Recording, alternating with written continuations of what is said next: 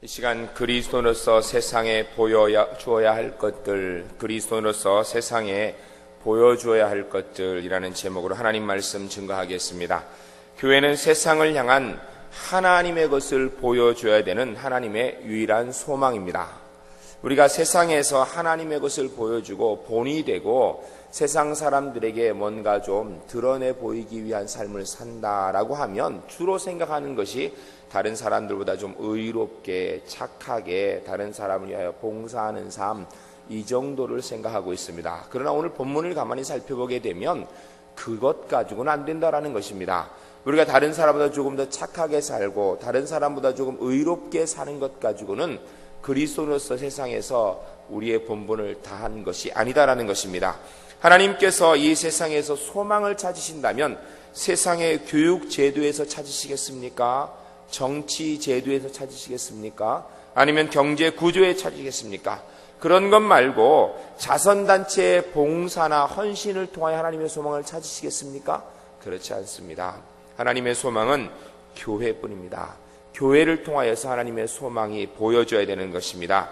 오늘 말씀을 듣는 중에 우리가 이 땅에서 교회로서 어떻게 살아가야 되는지, 그리스도로서 우리가 세상에 보여줘야 되는 것이 무엇인지 온전히 바로 깨닫고 그 깨달은 말씀대로 살아갈 수 있는 우리 제1교회 성도님들 주 안에서 다 될 수 있기를 주님의 이름으로 간절히 축원합니다. 첫 번째로 따라하겠습니다. 그리스도인은 세상에 삶의 목표를 제시해야 합니다. 오늘 말씀 17절의 말씀에 보면 이방인들이 그 마음에 허망하여 살아가는데 그대로 따라가지 말라라고 되어 있습니다. 이 허망하다라는 것은 그 단어의 의미는 소망이 없이 절망적인 상황, 아무것도 허무한 상황, 그런 의미를 가지고 있습니다. 그러나 성경이 얘기하고 있는 이 허망하다라는 단어의 의미는 조금 다릅니다. 오늘 본문이 얘기하는 허망하다는 단어의 의미는 목표가 없는 삶, 방향성이 설정되어 있지 않고 좌로 우로 헤매고 사는 삶을 이야기하는 것입니다. 오늘 현대를 사는 그리스도인이 그런 모습 가운데 있다라는 것입니다. 하나님을 알지 못하는 세상 사람들이 그런 가운데 있다라는 것입니다. 예수 믿는 사람은 그렇게 살면 안 된다라는 것입니다. 예수 믿는 사람은 삶의 목표가 명확하고 삶의 방향이 분명히 결정되어 있어서 삶의 방향을 모르고 목표를 몰라 방황하는 사람에게 인생은 이렇게 살아가는 것이야, 인생의 목표는 여기에 있는 것이다라고 분명히 가르쳐 줄 수 있어야 된다는 것입니다. 삶이 허망하다는 이야기는 내가 누구인지 모르고 내가 무엇을 위해 살아야 되는지 모른다라는 것을 이야기하는 것입니다. 우리 찬양대가 제일 똑똑한 줄로 믿습니다. 찬양대 한번 물어보겠습니다. 여러분, 나는 누구입니까? 예, 역시 똑똑하죠? 여러분, 우리 그리스도인에게 당신은 누구입니까? 물으면 우리에게 있어서 분명한 정체성은 하나님의 자녀입니다. 우리가 죄인 되었던 것, 십자가의 구원의 은혜로 하나님의 자녀 되어서 이 땅에 살고 있는 것, 하나님의 자녀이기 때문에 천국 백성 되는 것, 이게 우리의 정체성입니다. 어느 큰 절의 입구에 현판에 크게 써붙여 놨습니다. 나는 누구인가?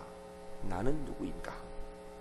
평생을 수도하며 돌을 닦고 면벽을 해도 내가 누구인지 깨닫기 어렵습니다.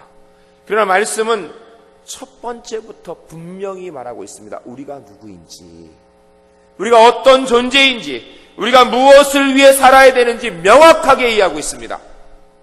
사랑하는 성도 여러분, 여러분은 누구이십니까? 여러분 무엇을 위해 살고 계십니까? 여러분의 삶의 목표는 무엇입니까?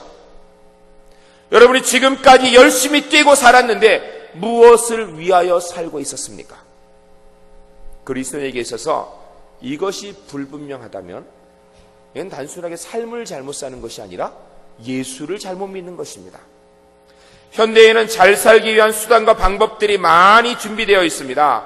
그럼에도 불구하고 사람들은 삶의 목적을 상실하고 정확하게 무엇을 위해 살아야 되는지에 대해서 방황하고 있습니다. 그의 마음속에 공허함들이, 허전함들이 가득 차 어쩔 줄 모르고 살아가는 것이 현세의 목표입니다. 삶의 모양입니다.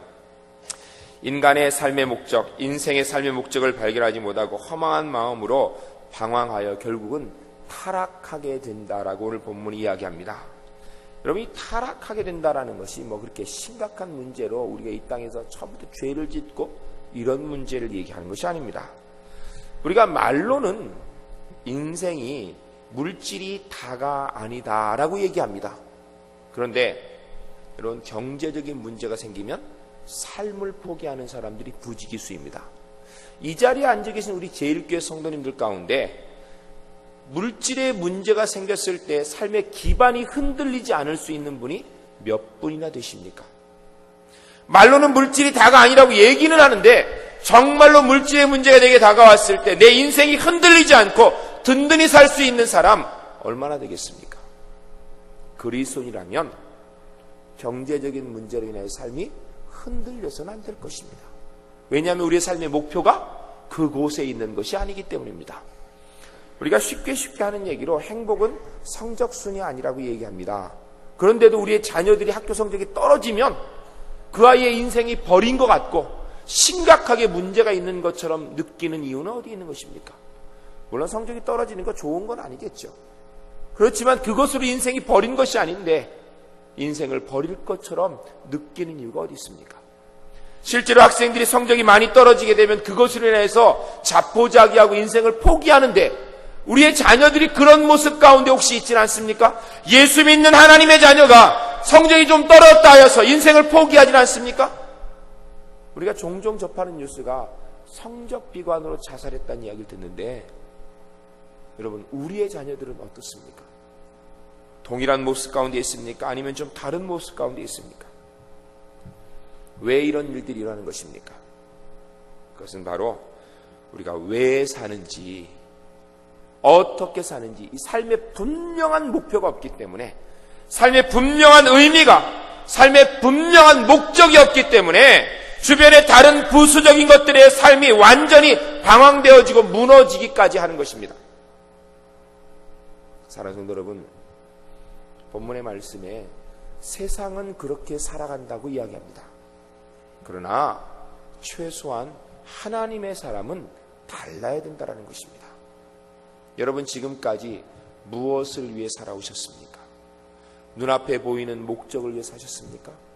직장 없는 사람 직장 얻기 위하여서, 학교 시험 준비하는 사람은 시험에 합격을 위하여서, 사업하는 분들은 사업의 잘됨을 위하여서, 그런 다음에요. 그 다음에 뭐 할 건데요? 우리에게 당장의 눈앞에 보이는 당장의 순간에 있는 것들이 우리의 삶의 목표였다면 허무할 수밖에 없을 것입니다.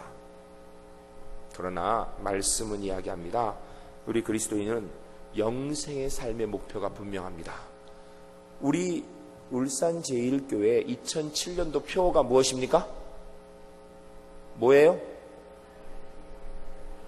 예, 다시 한번 우리 같이 한번 크게 외워봅시다. 시작. 예. 우리는 왜 사는지, 무엇을 위해 사는지 분명합니다. 여러분, 오늘 한날의 삶을 산다면 우리는 무엇을 위해 삽니까? 하나님의 기쁨을 위해 살아야 되는 줄로 믿습니다. 우리는 하나님의 자녀이기 때문에 이 땅에서 하나님의 영광을 위해서, 영생의 영광을 위해서 살아가는 존재입니다. 그러므로 우리는 비록 세상에 조금 부족하고 연약할지라도 하나님께서 나를 귀히 여기고 사랑하시기 때문에, 귀중히 여기시기 때문에 절대로 그것 가지고 세상에 흔들리지 않습니다. 다른 사람보다 조금 못해도, 다른 것이 좀 부족해도 나는 분명히 하나님이 나만을 위하여 세우신 삶의 계획이 있는 줄 믿기 때문에 흔들리지 아니하고 한 걸음 한 걸음 앞으로 전진하는 삶을 살아가는 것이 그리스도인 줄로 믿습니다. 우리 제1교회 성도님들 주 안에서 그렇게 살아가는 귀한 백성들 꼭 되시기를 주님의 이름으로 간절히 축원합니다. 삶의 목표가 없어 방황하는 세상 사람들이 우리를 보면, 야, 사는 건 저렇게 사는 거구나, 목표가 분명하구나 알아야 됩니다. 그렇게 세상에 보여주고 그들에게 삶의 소망을 줄 수 있는 하나님의 귀한 백성들 꼭 될 수 있기를 주님의 이름으로 간절히 축원합니다. 두 번째로 따라하겠습니다. 그리스도인은 세상에 삶의 지혜를 제시해야 합니다. 그리스도인은 세상의 삶의 지혜를 제시해야 됩니다. 세상에 삶의 분명한 목표를 제시하고 나서 그것을 어떻게 이루며 살아갈까에 대한 지혜를 제시해야 된다는 것입니다. 마음이 허망하여서 마음속에 삶의 목표가 없어서 무엇을 위해 사는지 분명히 그건 가치관이 없기 때문에 그로 인하여서 현실 가운데 총명이 없어져 어두워졌다라고 오늘 본문이 기록하고 있습니다. 그 어두워짐으로 인해서 우리의 인생에 무지함이 찾아오게 되고 그 무지함으로 인해서 두려움에 빠져서 이제는 방황하는 삶을 살고 있다는 것입니다. 현실은 그 어느 때보다도 많이 배운 사람들이 가득 차 있습니다. 과거에 우리 한국 사회보다 지금 한국 사회에 있는 구성원이 훨씬 더 많이 배웠습니다. 그럼 많이 배웠으면 어떻게 인생을 살아야 되는지, 어떻게 하는 것이 사람답게 사는 것인지, 무엇이 명확하게 사람이 사는 방법인지 더 잘 알아야 되는데 오히려 그렇지 않습니다. 과거에 학교에 안 다녔을 때보다 더 삶에 대해서 모름을 가지고 있습니다. 많은 사람들이 열심히 생활하고 직장 생활하고 열심히 살다가 어느 순간에 내가 이게 제대로 사는 게 맞는가? 이렇게 살아도 되는가? 또 열심히 하다가 갑자기 문제가 탁 생겨서 딱 부딪히게 되면 내가 이거 똑바로 살았는가? 바르게 살았는가? 고민하는 경우를 너무나 많이 보게 됩니다. 거의 100이면 100 다 그런 고민을 하는 것 같아요. 그것은 지식이 부족하기 때문에 그런 게 아닙니다. 지식과 지혜는 비슷한 말 같지만 차이점이 있습니다. 성경은 우리에게 지식의 사람이 되기보다 지혜의 사람이 되라고 권하고 있습니다. 예수 믿는 사람은 세상에 지식을 얻기 위해보다 지혜를 얻기 위해서 노력해야 될 것입니다. 지식이라는 단어는 그 의미는 어떤 것에 대한 정보를 갖는 것을 이야기합니다. 사람에 대한 정보, 환경에 대한 정보, 삶에 대한 정보, 사회에 대한 정보를 갖는 것, 이게 지식입니다. 우리가 학교에서 배우는 것 다 이 지식에 해당하는 것입니다. 그러나 지혜라는 것은 그렇게 그 정보를 자꾸 축적하는 것이 아니라 그 축적한 정보를 어떻게 쓸 수 있느냐, 내가 가진 삶의 목표를 어떻게 달성해낼 수 있느냐가 지혜입니다. 성경이 얘기하는 지혜는 하나님의 뜻을 이 땅에 어떻게 이룰 수 있는가를 아는 것, 그게 지혜 있는 사람이라는 것입니다. 하나님의 뜻을, 하나님의 역사를 어떻게 이 땅에 이룰 수 있는가를 아는 사람, 그게 지혜 있는 사람이라는 것입니다. 그런데 이 땅에서 사람들이 무엇을 위해 사는지 삶의 목표가 분명하지 않기 때문에 어떻게 살아야 되는지에 대해서는 당연히 잘 모른다는 것입니다. 그러나 우리 그리스도인은 이 점에서 분명히 믿지 않는 자와 달라야 됩니다. 여러분, 예수 믿는 사람과 믿지 않는 사람의 차이가 근본적으로 여기에 있어야 됩니다. 여러분, 믿는 사람과 믿지 않는 사람이 동일하게 사업을 할 때에 믿는 사람이 무조건 잘 된다고 성경이 약속해 줬습니까? 우리 찬양대 성경에 그렇게 약속했습니까? 예? 아니죠. 성경에서 그렇게 약속 안 했어요. 하나님의 뜻이면 내가 하는 사업이 잘 될 것입니다. 그러나 하나님의 뜻이 아니라면 내 사업이 안 될 수도 있습니다. 그러나 사업이 잘 되고 안 되고를 떠나서 우리는 이 일을 통하여서 어떻게 하나님의 영광을 돌려야 될지, 내 삶을 통하여 어떻게 하나님의 영광을 돌려야 될지 분명한 생각, 분명한 방법을 아는 자로 살아야 된다는 것입니다. 이것이 예수 믿는 사람이 안 믿는 사람과의 차이점이 되어야 된다는 것입니다. 사람들이 많은 지식을 가지고 알고 있긴 하지만 지혜가 없어서 쓸 방법을 몰라가지고 결국은 영적으로 무지한 상태에 거하게 되고, 영적으로 무지하게 되니까 두려움만이 마음에 가득 차게 된다는 것입니다. 사랑하는 성도 여러분, 오늘 본문에 보면 마음이 어두워져 총명이 없어져 마음이 굳어졌다라고 이야기하는데, 이것은 마음이 마비가 되어졌다라는 것입니다. 마비가 되어지면 이게 뜨거운지 찬지 좋은지 나쁜지 구분을 못하는 겁니다. 여러분, 한센시 병이라고 여러분 아십니까? 이게 좀 학적명이고 쉽게 얘기하면 문둥병입니다. 문둥병에 걸리면 살이 썩어 들어갑니다. 문둥병에 걸렸는지 안 걸렸는지 알 수 있는 첫 번째 방법이 뭐냐면, 환초가 있는데 거기가 아프지 않으면 문둥병일 확률이 있습니다. 살이 썩어들어도 몰라요. 코가 떨어져도 몰라요. 다니다가 부딪혀가지고 손가락이 떨어졌는데도 아픈지를 몰라요. 떨어진지를 몰라요. 그래서 그게 문둥병입니다. 무서운 겁니다. 영적으로 우리가 문둥병이 걸려져서 마음이 삐뚤어져 마비가 되어져 버려가지고 좋아하는 것을 좋아하지 못하고 싫어해야 되는 것을 싫어하지 못하고 싫어할 걸 좋아하고 좋아할 것을 싫어하는 삶을 살고 있는 모습이 우리 가운데 얼마나 많은지 모릅니다. 실제로 가만히 보면 애들에게 음식을 주면 몸에 좋은 음식 애들이 좋아해요? 안 해요? 안 좋아합니다. 몸에 안 좋은 것만 죽으라고 먹으려고 그래요. 주구장창 달라 그래요. 사탕 달라, 초콜릿 달라, 몸에 좋은 건 안 먹어요. 몸에 안 좋은 것만 먹으려고 그래요. 그러면서 애들 우리가 식사할 때 보면 편식하지 말고 골고루 먹어야 된다. 이거 몸에 좋다. 이렇게 얘기하면서 여러분 어른은 어떻습니까? 여러분 어떠십니까? 여러분은 몸에 좋은 것만 먹고 계십니까? 우리가 애들하고 어른하고 보면 애들이 건강하죠. 그럼 사람들이 다 생각할 때 애들은 이제 자라는 애들이라 건강하고 우리는 늙어서 나이가 먹어가지고 그래서 다 삭아서 건강하지 않다 그러는데 실제로 가만히 생각해 보시기 바랍니다. 애들만큼 그 이상으로 우리가 몸에 해로운 것 먹고 마시고 있습니다. 세울 줄을 몰라요. 어른들은 자기가 누가 아무도 타치하는 사람이 없기 때문에 끝없이 가요. 끝없이. 한국 선교사님들이 처음에 한국에 와서 두 가지를 제일 심각한 문제를 꼽고 금하였습니다. 그 하나가 거짓말입니다. 거짓말. 한국 사람들이 그렇게 거짓말을 잘하더래요. 눈도 깜짝 안 하고 거짓말을 그렇게 잘하더래요. 두 번째가 뭐냐면 술입니다. 술.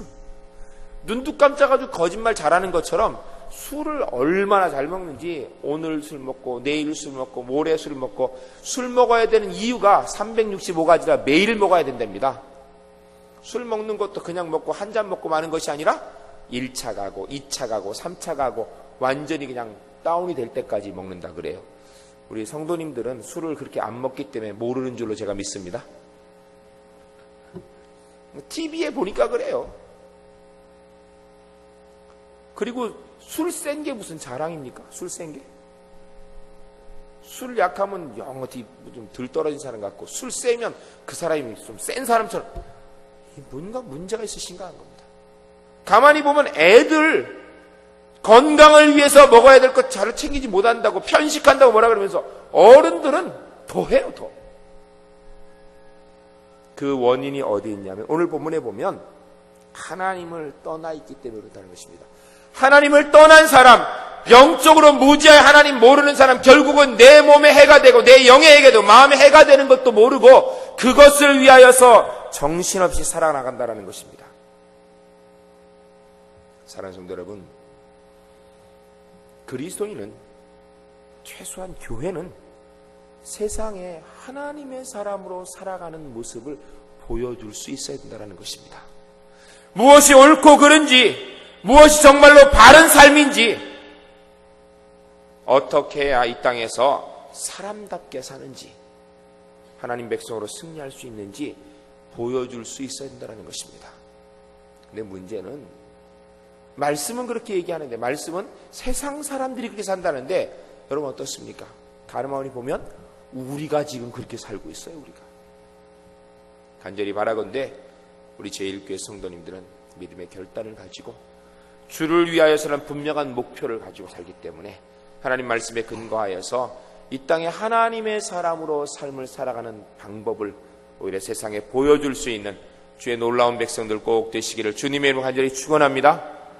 세 번째로 따라하겠습니다. 그리스도인은 세상에 삶의 생명을 제시해야 합니다.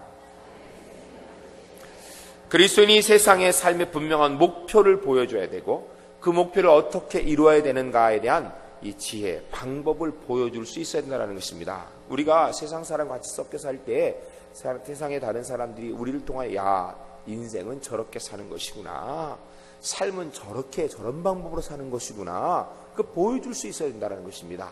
그리고 세 번째로는 그렇게 삶의 방법을 어떤 힘을 가지고 살아가는지 그 생명의 능력을 보여줄 수 있어야 된다는 것입니다. 삶의 목표와 지혜가 없는 세상은 결과적으로 감각이 없어진다라고, 무감각해진다고 오늘 본문이 이야기합니다. 하나님의 삶을 떠난, 하나님을 떠난 삶을 사는 사람들, 무감각해진다라는 것입니다. 죄에 대해서 무감각해진다라는 것입니다. 죄를 짓고도 별로 걸림이 없어요. 거짓말하고도 별로 찔림이 없어요. 못할 짓 하고도 별로 얼굴 붉혀지지도 않아요. 세상 사람만 그런 것이 아니라 문제는 오늘 우리 그리스도인까지 그러기 때문에 예수 그리스도의 생명의 은혜가 우리 가운데 없다라는 것입니다. 죄를 지면 애통하는 마음, 부끄러운 마음이 있어야 되는데 그게 전혀 없는 삶을 살고 있다라는 것입니다. 사랑하는 성도 여러분, 현대는 오감의 육체적인 자극을, 말초신경을 자극하는 들이 너무나 많이 있습니다. 과거보다 훨씬 더 발전되어 있습니다.